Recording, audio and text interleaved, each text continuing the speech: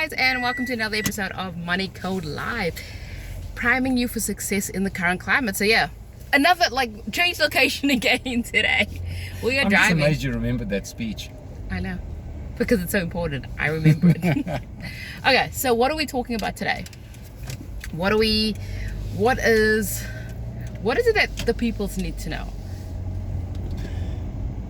Well, I was thinking over the last night or so about the parable of the talents, and when you strip it down to its basics, you strip it right down.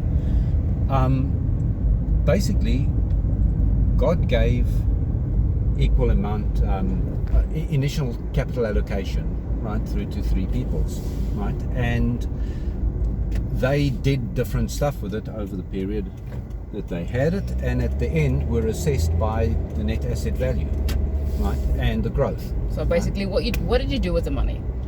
Yes, but when you take it down to those basic levels, right, through my life, it doesn't matter which church you're at, it's always been portrayed as, the person that went out and worked hard and did good, right, and did the most that they possibly could with what they were given.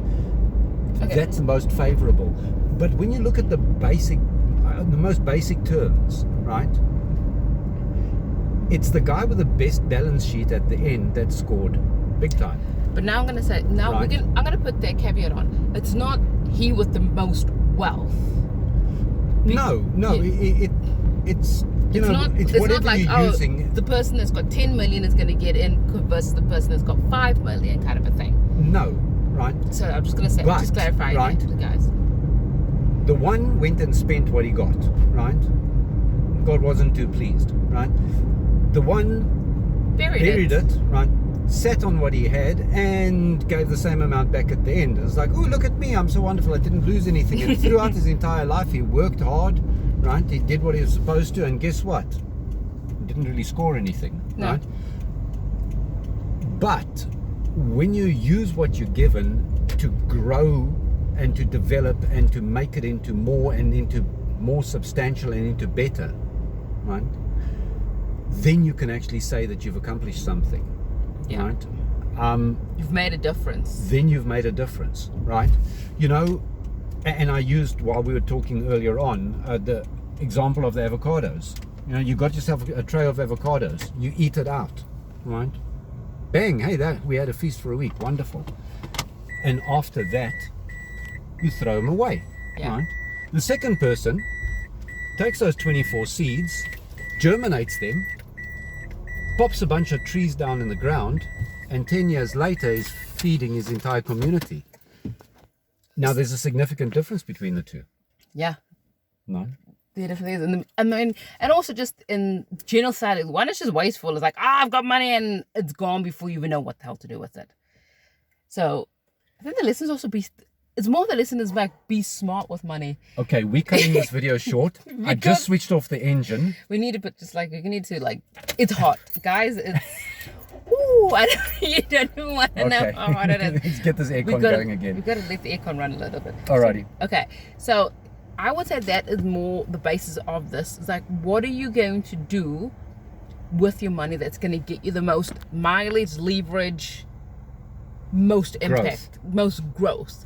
And as I've said in the previous video, it's not just about being busy for the sake of busy. It's like the guy that went and buried his money and then was just busy. He didn't do anything useful. He was busy for the sake of being busy, and the money was doing nothing. And the kids have heard us out in the car. So as you can see over there's little munchkins. Yeah, we're sitting in the driveway cutting this video.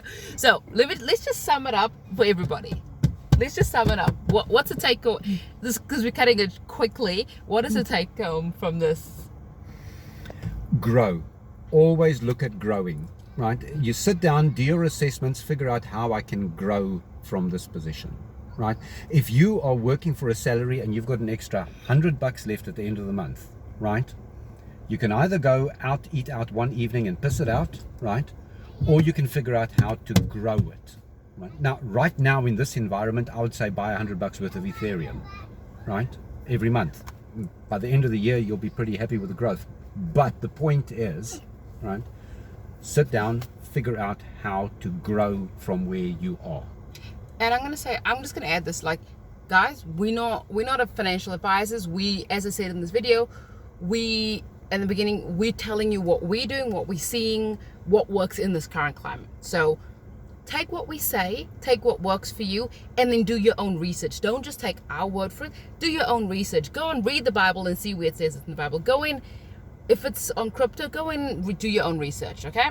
So just put in the guys, like, we gotta cover our asses. Let's just be really gotta cover our asses on that one. You know what? We basically finished this thing, and Adam's about to run into the road. Yeah, we're gonna have kids running in the street because they're seeing us outside. I am absolutely not a financial advisor. Never will be. Never will pretend to be. And there's a very big reason why not. And I'll get into that into another video. But I am morally opposed to being considered a financial advisor. But guys, before the kids like run into the street, we are home now. But as always, remember, this only works if you let us know what you want to know more, but what in our day-to-day lives, what things that we're doing that you want to see more of, know more of. And as always, like, put it down in the comments below. Remember, like, comment, and subscribe, and we shall see you guys in the next one. Bye.